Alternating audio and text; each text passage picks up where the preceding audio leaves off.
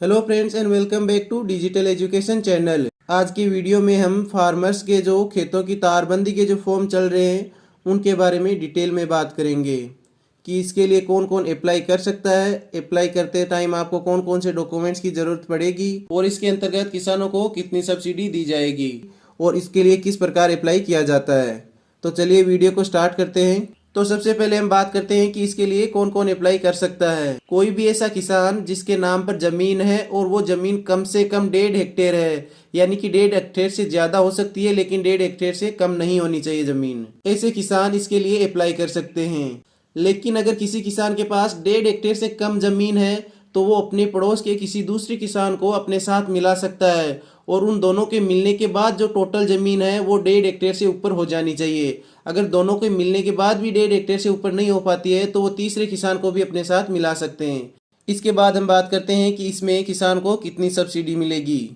इसके अंतर्गत किसानों को तारबंदी की जो लागत है उसका 50% या फिर 40,000 जो भी कम हो वो मिलेगा। यानी कि तारबंदी की लागत अगर 0 रुपए से लेकर के 80,000 रुपए तक है तो उसका आपको 50% सब्सिडी के रूप में मिल जाएगा। लेकिन अगर लागत 80,000 रुपए से अधिक है तो आपको ज्यादा से ज्यादा 40,000 रुपए ही मिलेंगे, चाहे लागत 1 लाख हो या 2 लाख हो।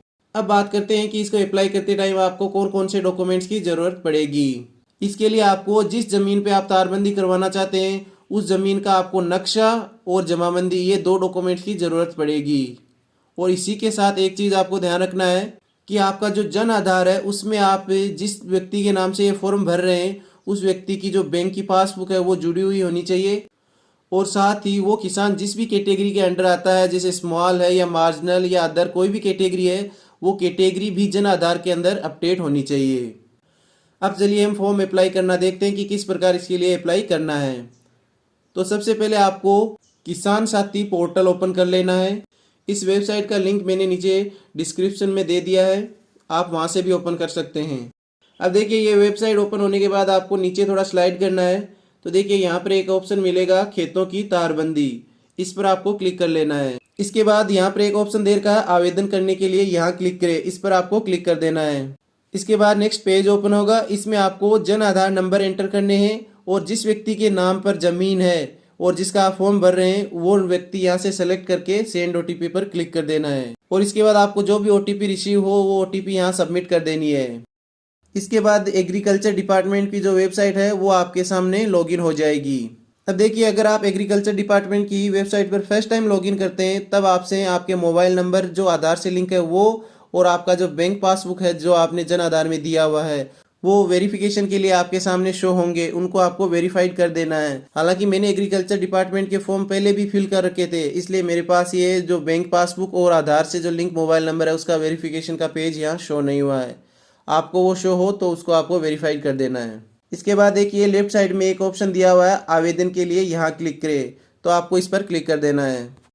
इसके बाद देखिए 3 ऑप्शन आएंगे, इसमें से पहला ऑप्शन है कृषि सब्सिडी सेवाएं, इसी पे आपको क्लिक कर देना है। इसके बाद सब्सिडी फॉर बार्डेड वायर फेंसिंग पर क्लिक कर देना है। इसके बाद देखिए कुछ इंस्ट्रक्शंस आपके सामने शो होंगे, आप चाहें तो इनको पढ़ सकते हैं और इसके बाद आपको नेक्स्ट पर क्लिक कर देना है।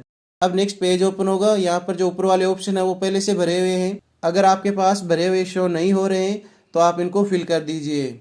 इसके बाद देखिए एक ऑप्शन दिया हुआ है यहाँ पर इंडिविजुअल और ग्रुप का, इसमें आपको ध्यान रखना है कि अगर आप सिर्फ एक ही व्यक्ति के लिए ये फॉर्म भर रहे हैं तो आपको इंडिविजुअल पे रहने देना है, और अगर आप एक से अधिक व्यक्तियों के लिए फॉर्म भर रहे हैं क्योंकि एक व्यक्ति के पास 1.5 हेक्टेयर से ज़मीन कम थी तो आपको इस स्थिति में ग्रुप पे क्लिक कर देना है। इसके बाद में देखिए नीचे जो ज़मीन है उसकी डिटेल्स आपको फिल करनी है।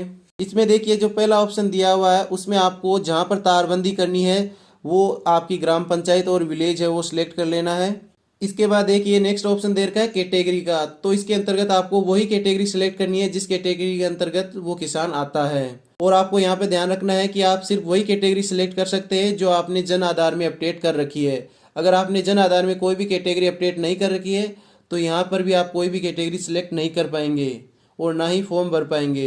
तो इस स्थिति में आपको पहले आपका जन आधार अपडेट करना होगा। इसके बाद दे रखा है खाता नंबर, तो आप अपनी जमाबंदी पे देख सकते हैं ऊपर जो नया खाता नंबर दे रखा है वो एंटर कर देना है। इसके बाद नेक्स्ट कॉलम है खसरा नंबर का, इसमें किसान का जो खसरा नंबर है वो आपको यहाँ पर एंटर करना है। अगर एक से ज़्यादा खसरा नंबर है तो वो सभी यहाँ पर एंटर करने हैं।